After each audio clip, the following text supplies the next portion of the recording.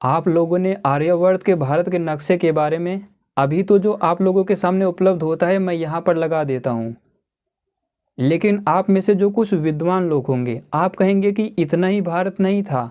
भारत तो अफ़गानिस्तान, पाकिस्तान, तालिबान जो है, श्रीलंका जो है, बांग्लादेश है, ये सब आर्यवर्त के हिस्सा थे।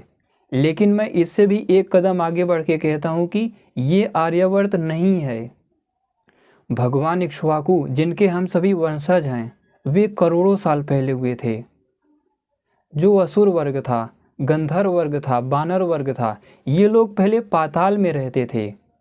हमारे पैर के नीचे पृथ्वी के दूसरे साइड अमेरिका है, ब्राज़ील है, कनाडा है, तो वहाँ पे ये लोग रहते थे। उसको पैरों के नीचे यानी पाताल को छोड़कर जितना भी भूभाग है, मेरी बातों को ध्यान से सुनिएगा। महाभारत में तो एक एक पर्वतों तक का नाम दिया गया है। तो जितना भी भूभाग है, चाहे वो रूस हो, चीन हो, साउथ अफ्रीका हो, साउथ अफ्रीका के पास जो महासागर यूएसए को और साउथ अफ्रीका आदि देशों को अलग करते हैं, तो दूसरी तरफ वो था। भगवान इक्ष्वाकु का साम्राज्य वहाँ तक था, साउथ अफ्रीका तक। अगर अभी भी आप सभी नहीं समझ पाए हो तो मैं बता दूं, नॉर्थ पैसिफिक ओशियन जो है एक तरफ और दूसरी तरफ जापान, चीन, रूस, भारत, बांग्लादेश आदि होते हुए जो दूसरी तरफ नॉर्थ अटलांटिक महासागर है, वहाँ तक का पूरा भूभाग भगवान इक्ष्वाकु के अंदर आता था। इक्ष्वाकु का साम्राज्य कहा जाता था। जितने भी क्षत्रिय हैं, ब्राह्मण हैं, वैश्य हैं, शूद्र हैं, सब लोग इक्ष्वाकु के ही वंशज हैं। तो ये है अपने आर्यवर्त का साम्राज्य। अमेरिका के पास एक द्वीप है कोई, मुझे उसका नाम नहीं याद आ रहा है, वो भी इक्ष्वाकु के ही साम्राज्य में गिना जाता था। जो महाराजा सुग्रीव हैं उसकी भी चर्चा करते हैं। उस समय तक, रामायण के समय तक, रावण ने पूरी धरती पर अधिकार कर लिया था, कुछ विशेष क्षेत्रों को छोड़कर। रूस का राजा उसने अपने पुत्र मेघनाद को बना दिया था। साउथ अफ्रीका का राजा नरांतक को बना दिया था। चंद्रमा पर भी अपने अश्विन नामक एक सामंत को राजा बना दिया था, उसका सामंत वहाँ की रखवाली करता था। तो श्री राम रूस जाकर उन लोगों को वहाँ से खदेड़े थे, अपने विमान से जाते थे युद्ध करने। श्री राम बहुत सामर्थ्यशाली थे। तो श्री राम का रूस में युद्ध हुआ था, साउथ अफ्रीका तक जाके लड़े थे श्री राम, वहाँ से भी राक्षसों को खदेड़ा था, लंका में भी जाके युद्ध किए थे। हम सभी की क्षत्रियों की ये धारणा रही है कि आप अगर अच्छे से रहते हो, शांतिपूर्वक, सुखपूर्वक, तो कहीं भी रहो, कैसे भी रहो। लेकिन अगर दुष्टता करते हो, ऋषियों का अपमान करते हो, उन्हें खाते हो, गायों का वध करते हो, तो श्री राम जैसे लोग फिर जाके भगा देते थे। बाली ने श्री राम से यही कहा था कि तुम कौन होते हो मुझे मारने वाले। तो श्री राम ने भी उनसे इसी का जवाब दिया था कि ये पूरी धरती, वनों कानूनों से युक्त पूरी धरती हम इक्ष्वाकुवंशी राजाओं की है, क्षत्रियों की है। तुम यहाँ पर बसाए गए हो, उचित रीति से अगर रहते हो तो तुम्हें हमेशा रहने दिया जाएगा, चाहे वानर वर्ग हो, चाहे असुर वर्ग हो, चाहे गंधर्व वर्ग हो, पक्षी वर्ग हो, कोई भी हो। लेकिन अगर दुष्टता करोगे, मलेच्छता करोगे, अपने ही भाई के पत्नी के साथ रहोगे, उसे छीन लोगे, तो तुम्हारा वध अनिवार्य है। ये कह के श्री राम ने उसे मारा था। तो अमेरिका आदि कुछ विशेष क्षेत्रों को छोड़ दें जो पैर के नीचे है, पाताल देश, उसके इधर जितना भी है, रूस है, जापान है, साउथ अफ्रीका है, बांग्लादेश, पाकिस्तान, ईरान आदि सब कुछ इक्ष्वाकु के साम्राज्य के अंदर आता था। वास्तव में वहाँ पर स्थितियाँ ये हो गई थी महाराज इक्ष्वाकु के आते आते, लेकिन कुछ विशेष लोग बहुत बड़ी संख्या में दुष्ट हो चले थे, खुद को असुर वर्ग का कहते थे, राक्षस वर्ग का। तो इक्ष्वाकु ने उन्हें खदेड़ दिया था, पाताल देश में जाके वे रहने लग गए थे। वहीं से फिर भी अलग अलग वर्ग बने, वानर वर्ग, पक्षी वर्ग। तो वे फिर आके कोई रूस में रहने लगा, कोई जापान में रहने लगा, कोई साउथ अफ्रीका में रहने लगा, कोई श्रीलंका में रहने लगा। आप लोगों ने मेरी पिछली वीडियो में देखा कि कैसे कालिया नाग, जो नाग वर्ग का मनुष्य था, श्री कृष्ण ने उसे भी गोकुल से भगाया था। पहले तो उसे शरण दे दी थी, लेकिन जब दुष्टता करने लग गया, सीमा का उत्क्रमण करने लग गया, तो उसे भगा दिया था। खांडव वंश से, इंद्रप्रस्थ से भी उसे जाके मार के भगाए थे नाग वर्ग को। तो भगवान इक्ष्वाकु की वो धरती जो हम सभी के पूर्वज थे, यहाँ पर मैं एक बाकायदा नक्शा मानचित्र लगा देता हूँ। अपने मन में ये विचार बिल्कुल स्पष्ट कर लीजिए कि ये आपका साम्राज्य है, भगवान इक्ष्वाकु का, क्षत्रियों का साम्राज्य है। भगवान इक्ष्वाकु मतलब सारे वर्ण आ गए, क्योंकि क्षत्रिय अकेले खुद से नहीं बनता, तीनों वर्ण जब साथ होते हैं तो ही वो क्षत्रिय कहा जाता है। अब आप लोग पूछेंगे कि ये कहाँ लिखा है। ब्रह्मचारी कृष्णदत्त जी के प्रवचनों में आप लोग बहुत विस्तार से पढ़ सकते हो। पूर्व जन्म में वो श्रृंगी ऋषि थे, या फिर अमेरिका का जो लेखक है डेविड हेजर चिल्ड्रेस, इस पर एक मेरी वीडियो वायरल हो गई थी। उसके बाद उन लोगों ने PDF को हटा लिया इंटरनेट से। उसका नाम है एंटी ग्रेविटी दी हैंडबुक, वो वाली PDF हटा लिया। आप सभी को इन सब पर विश्वास नहीं होता, लेकिन देखिए केवल एक वीडियो जो 3-4 लाख व्यूज़ चले गए उनके पास पहुंची, उन्होंने उस PDF को हटा लिया। दूसरी तरफ आप में से बहुत से लोग कमेंट करते हैं कि ये कहाँ लिखा है, या फिर इस पर विश्वास ही क्यों करें हम। आप लोगों को उन लोगों से सीखना चाहिए जो एजेंसी, जो कार्यकर्ता इन PDF को अपलोड करते थे इंटरनेट आर्काइव पर, उन्होंने हटा लिया उस PDF को, क्योंकि उसे पढ़ने से ही लगता था कि ये रामायण महाभारत का कोई अलग संस्करण से आई गई जानकारी है। प्रिय दर्शकों, अब आप सभी कहोगे कि अगर श्री राम चंद्रमा पर युद्ध किए थे या फिर रूस में अफ्रीका में युद्ध किए थे, इससे हम कैसे मान लें कि इक्ष्वाकु का साम्राज्य वहाँ तक था। वे अपने साम्राज्य को फिर से मिलाने गए थे, अधर्मियों को मुक्त करने, ये हम कैसे मान लें।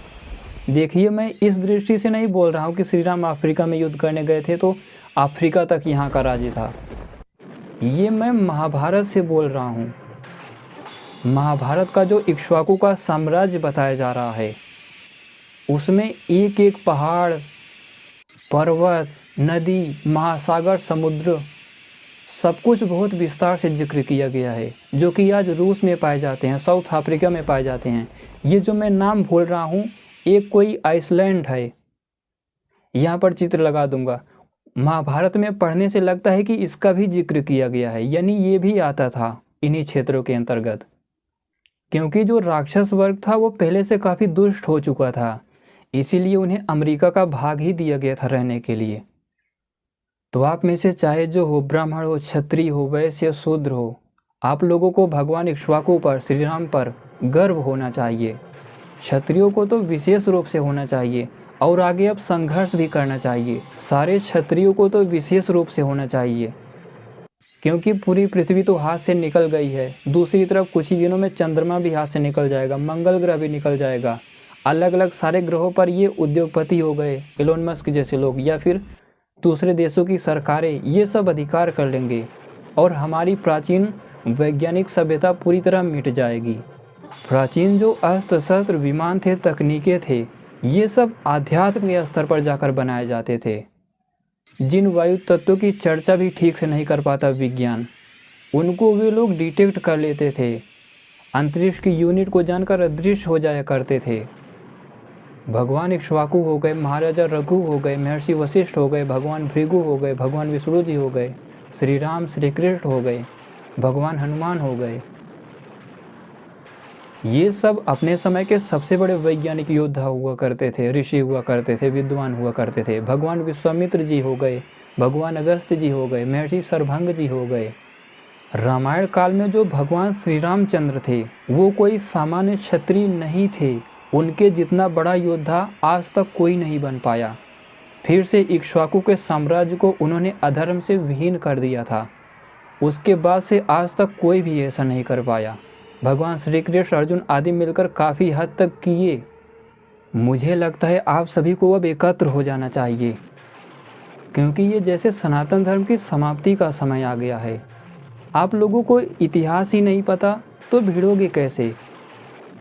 और जब तक वैज्ञानिक सोच नहीं रखोगे, वेदों के वैज्ञानिक अर्थों तक नहीं पहुँचोगे, ऋषियों के ग्रंथों के विज्ञान को नहीं समझोगे, उन सूक्ष्म तत्वों तक नहीं पहुँचोगे, कम से कम अब बिना वैदिक विज्ञान को साथ लिए, बिना इस पर प्रयोग किए, अनुसंधान किए, आप कभी भी सनातन धर्म की स्थापना नहीं कर पाओगे। एक हल्दी घाटी का समय था, चलो ठीक है, तलवारों के सामने तोपें बंदूकें चल रही थी तो भी खड़े थे, लेकिन वही तलवारें लेके, बंदूक लेके आप एटम बम का मुकाबला कैसे करोगे? किसी मिसाइल का मुकाबला कैसे करोगे? ये जो आज की सभ्यता है ये पैसे पर आधारित है, मलेच्छता पर आधारित है। जिसके पास जितना ज़्यादा पैसा वो सबसे बड़ा। प्राचीन काल में सामर्थ्य पर सब कुछ हुआ करता था, योग्यता पर सब कुछ हुआ करता था। जो जितना बड़ा वैज्ञानिक, जो जितना बड़ा वेदों का विद्वान, वो उतना ही बड़ा माना जाता था। जो जितना बड़ा क्षत्रिय योद्धा, जितना वेदों का वैज्ञानिक अस्त्र शस्त्रों का उपयोग कर लेता था, वो उतना बड़ा माना जाता था। इसी तरह जिसके पास जितनी खेती थी, जितने भी फसलें वो बोता था, अपने पास खाने के लिए रखने के बाद सब कुछ बांट देता था समाज में, उसे वैश्य कहते हैं, उद्योगपति कहते हैं। उसे नहीं जो समाज को लूटता रहता है। इसी प्रकार शूद्र जो कर्मों से ही कह दे कि हाँ, न तो वेदों को पढ़ने की मेरी योग्यता है, ना तो लड़ने भिड़ने की धर्म के लिए। ये व्यवस्था अति उत्तम थी, हमारे पूर्वज भगवान इक्ष्वाकु जी की थी। तो मुझे लगता है कि भगवान इक्ष्वाकु का जो साम्राज्य था, कम से कम जितने क्षत्रिय हैं, आप लोग तो इस नक्शे को रख ही लो। सनातन धर्म की स्थापना अब कोई नहीं कर सकता। अब आपको इकट्ठा होकर लड़ना भिड़ना पड़ेगा, प्रयोग करना पड़ेगा, अध्ययन करना पड़ेगा, वैदिक विज्ञान पर अनुसंधान करना पड़ेगा, और कोई मार्ग नहीं है दूसरा। वैदिक विज्ञान संपूर्ण समाधान। अगर आप सभी को लगता है कि ये सारी बातें सत्य हैं और फिर भी आप लोग कुछ नहीं कर पा रहे हो, करना चाहते हो, तो कम से कम आप लोग मुझे सपोर्ट करो। आर्थिक सहयोग हो, प्रचार की दृष्टि से हो गया, समाज सेवा हो, इन सब दृष्टि से आप हमें भी सहयोग कर सकते हो, हमसे जुड़ सकते हो और इस ज्ञान विज्ञान का प्रचार कर सकते हो, वीडियो को शेयर कर सकते हो। आप लोग देखते होंगे मैं किसी भी वीडियो में शेयर करने को बोलता ही नहीं, सब्सक्राइब करने को बोलता ही नहीं, लेकिन आप में से जो लोग जागरूक होंगे, आपको इस पर कार्य करना होगा, सक्रिय रहकर, एक होकर। आगे ऐसे ही और भी वीडियोज़ आते रहेंगी। अभी तो उनके पास क्या शस्त्र थे, कैसे विमान हुआ करते थे, इन सब पर वीडियो आ रही है। उनका सामर्थ्य क्या था, इस पर कभी कभी अनुमान कीजिए, आपको खुद ही समझ में आएगा। आपको आश्चर्य होगा उन दृश्यों को देखकर कि इतने भी सामर्थ्यवान मनुष्य पहले हुआ करते थे। क्योंकि ज्ञान विज्ञान जन जन में प्रचलित था, घर घर में रखा रहता था, अनुसंधान होता था। तो यही है आज का वीडियो, और वीडियो बनाने का मकसद जो मैंने बता दिया। ब्रह्मांड विज्ञान का ये कार्यक्रम पूरा देखने के लिए धन्यवाद।